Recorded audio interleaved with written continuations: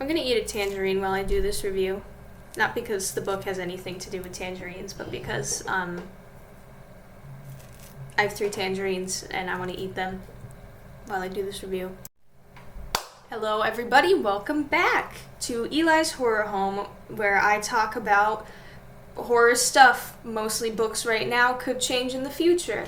So today we are going to be reviewing the most out there and wild Stephen King short story I have read. And I've read about a sentient oil slick and a monkey toy that kills people. This one is called the Mangler,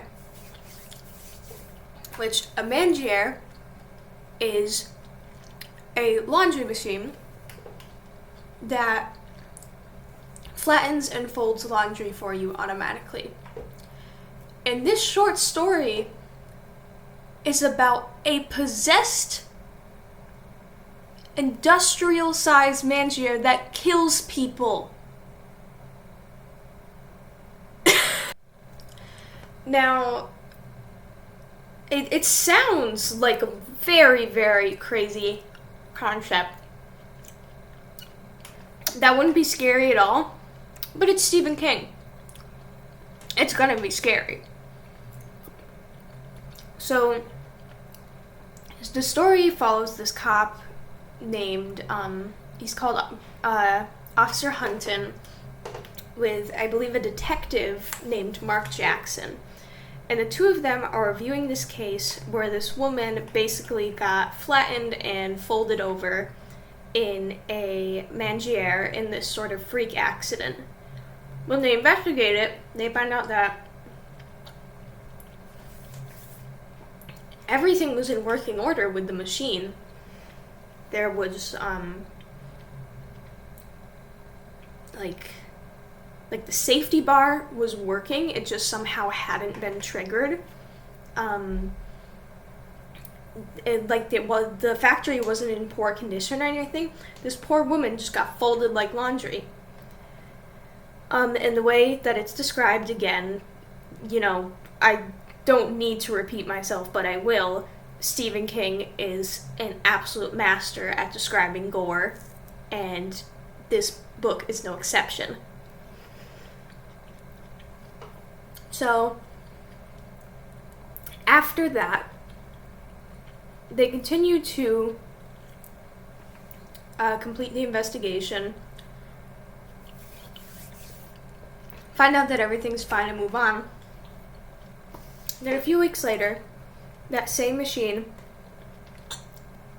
explodes and burns 3 women working at the factory.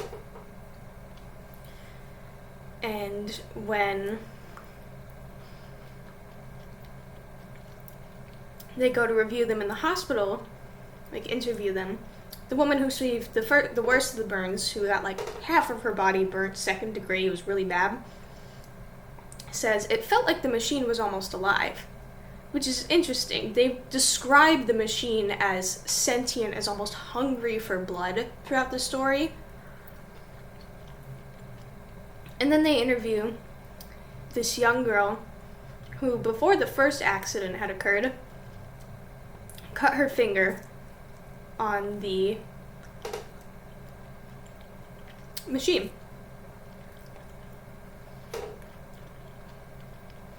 So the detective very blatantly asks her if she's a virgin, and she says, "I'm saving myself for marriage."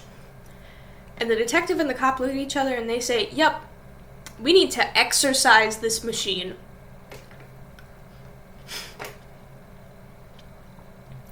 It is just the most bullshit conclusion.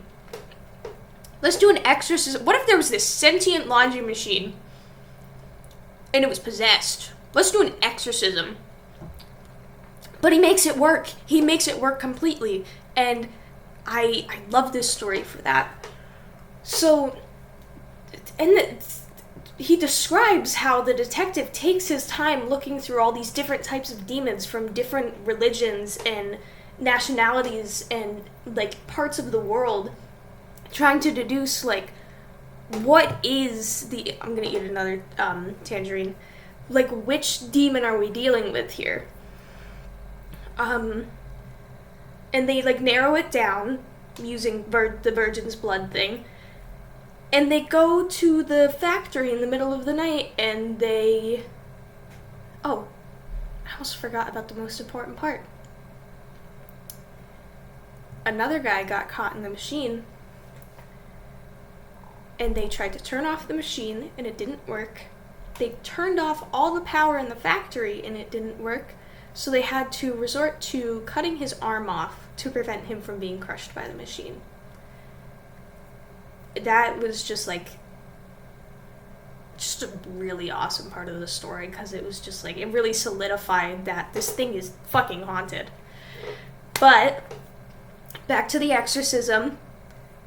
Halfway through the exorcism, the machine uproots itself and starts chasing the detective and the cop. The detective dies, and the cop runs to a nearby house. He goes in and he's like, it's alive, and like everyone's freaking out. And then the story ends with the officer being on the phone trying to call somebody, but then he drops the phone because he smells blood and he hears the machine running in proximity to him, which means that it's already escaped. And the story just ends there. It just ends there. And it's like, it's such a out there and wild premise. But once again, Stephen King does this crazy thing that he does where he takes the most batshit insane concept and makes it genuinely scary. There were parts of this book where I was like, ooh, okay, that would be horrifying if I was in that situation, because there's still that very real threat of, like, what if you got caught in a machine and flattened and killed? Like, machine accidents happen daily. I work in a factory, so I'm always hearing about, like, these tiny accidents that happen on the floor, but thankfully, I've never had to hear about a big accident. If there was, that would be absolutely horrifying to even hear about. The most that I would be interacting with it would be filing the paperwork for the injury report. I wouldn't have seen it or heard it, but if I were to just read the words on the paper of what had happened, I would be frozen. And I think that's why this story really gets to me, which... this is definitely my favorite Stephen King work so far. It's above The Raft, absolutely. Like, definitely top one. Just so good. This is the Stephen King short story that is absolutely worth your time. It's shorter than the other ones, and I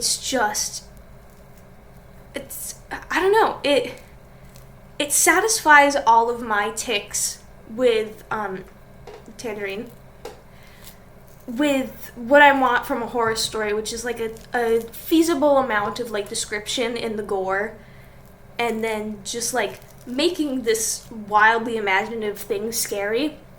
But it's also a very like everyman horror story because it's very simply written and it's easy to follow.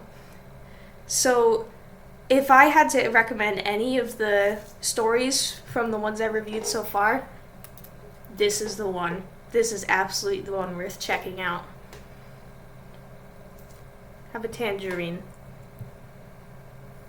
Yeah, tangerine. Alright, that is the end of part 4 of my Stephen King short story marathon with The Mangler. Like I said, definitely my favorite one so far, but have a great day, have a great night, have a great whatever, and keep, hold on. Have a great day, have a great night, have a great whatever, and enjoy whatever scary things you enjoy, as always. Bye-bye! The story was called The Mangler.